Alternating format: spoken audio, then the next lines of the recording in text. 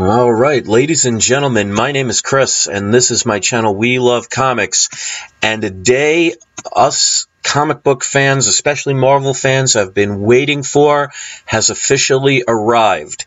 And that is, Marvel Studios has officially gotten back the X-Men and the Fantastic Four in their acquisition of 21st Century Fox.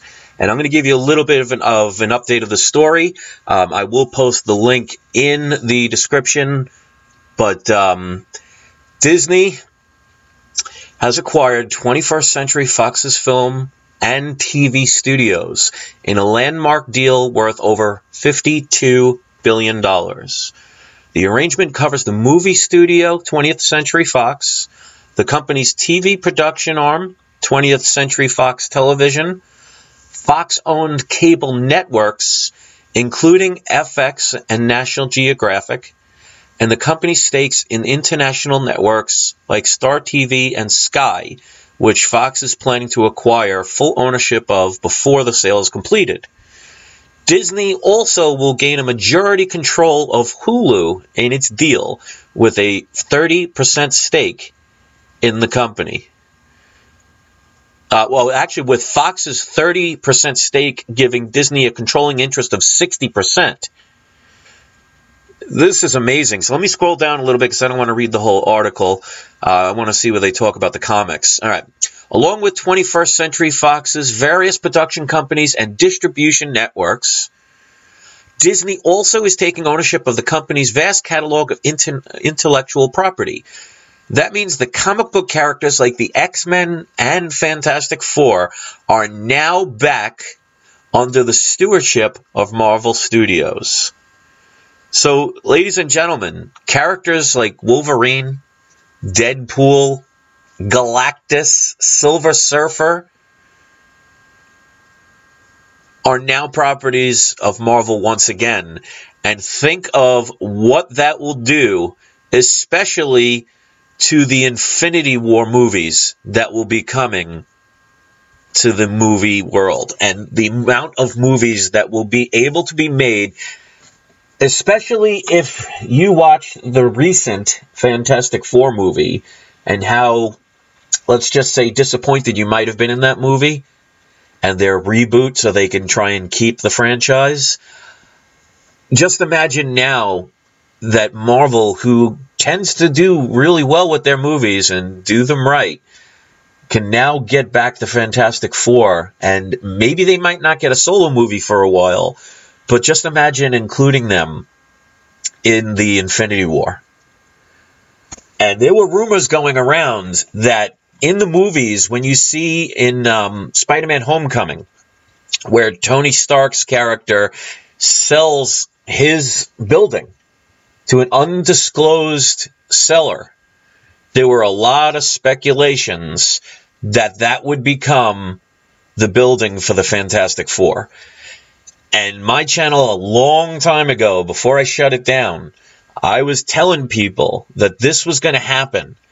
And comic books to purchase, like Fantastic Four, well, obviously, #1 would be great, but, you know, that's not exactly the easiest one to afford. But books like Fantastic Four number 48 and 49, which is the first appearance. 48 is the first full appearance of Silver Surfer, cameo of Galactus, and 49 is the first full appearance of Galactus, but the first time they're also on the front cover. Books like that, and now the X-Men. Just imagine Avengers versus X-Men. The possibilities now are endless. And I have to say, as a Marvel fan, that this is news we've been waiting for a very long time, and it is now official. So Disney now owns Fox Studios, which means they also own The Simpsons. So just imagine all the crossovers they can come up with now.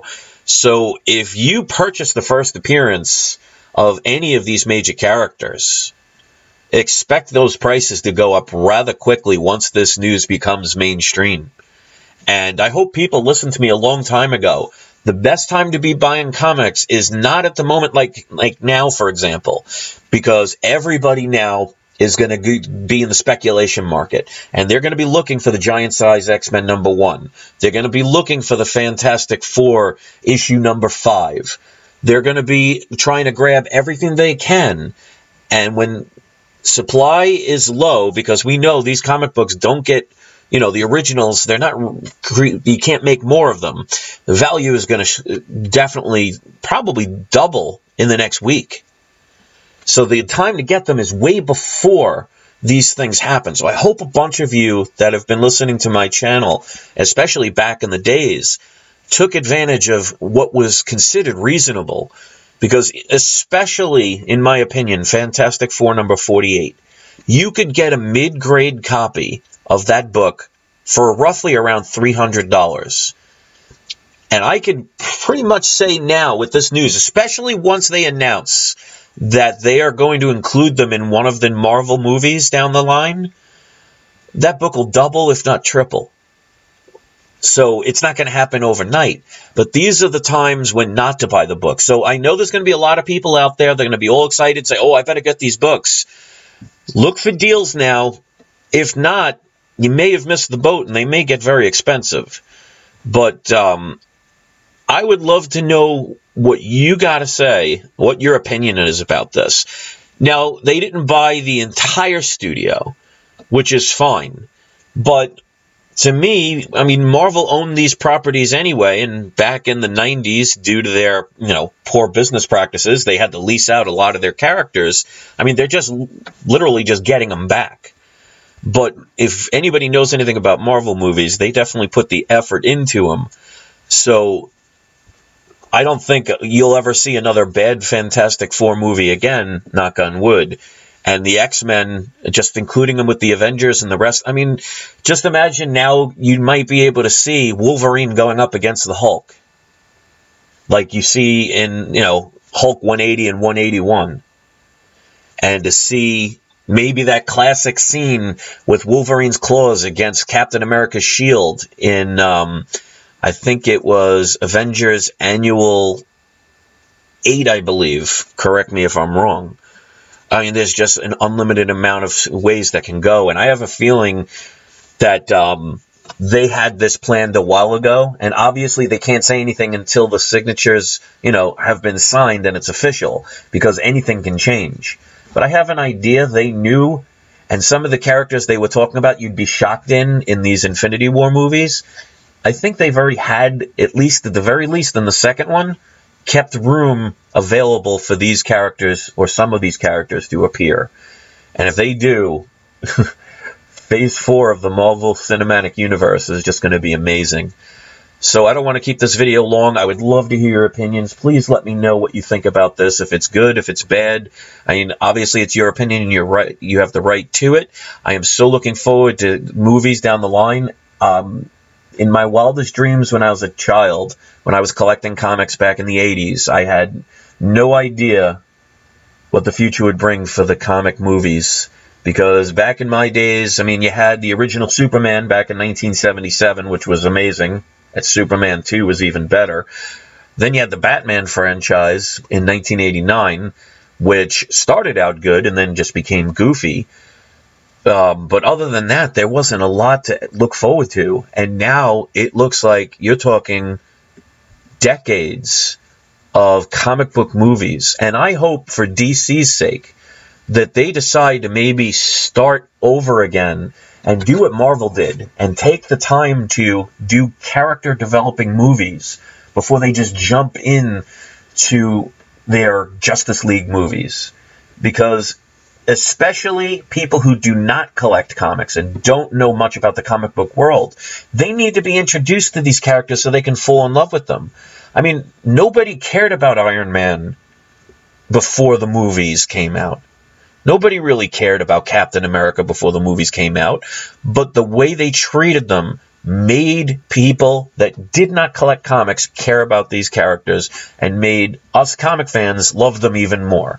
Because I can promise you that there was no person 10 years ago saying, boy, I can't wait to get the first appearance of Groot or Rocket Raccoon. And I'm sure those books would have probably been in the dollar bin collecting dust.